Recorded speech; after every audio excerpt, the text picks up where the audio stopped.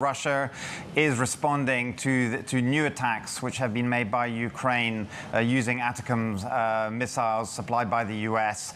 And President Putin today explicitly threatened to target what he called the decision-making centers in Kiev, which would obviously be a reference to the leadership of Ukraine. So far, what we've seen is, overnight, a massive missile assault on Ukraine's power infrastructure. About 90 missiles that were fired. That, of course, has been done by Russia in the past. So, the threat from Russia now is to use this new experimental intermediate-range ballistic missile again. We don't know how many there are in Russia's arsenal, but, we're in a period of escalation now, so it's a question of seeing, how far this takes us.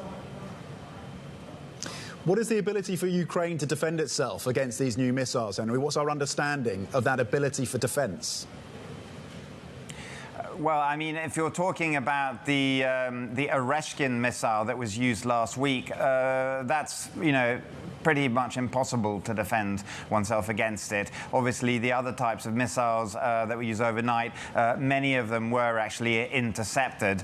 Again, we don't know, how many of these missiles, these new missiles Russia has. It's obviously going to have to use them sparingly. And then, of course, we have the threat hanging there of a nuclear escalation. Last week, as you recall, perhaps, Putin updated the nuclear doctrine to allow for the use of atomic weapons under certain circumstances, including massive conventional attack by Ukraine. So, he's brandishing these threats on an increasing basis at the moment.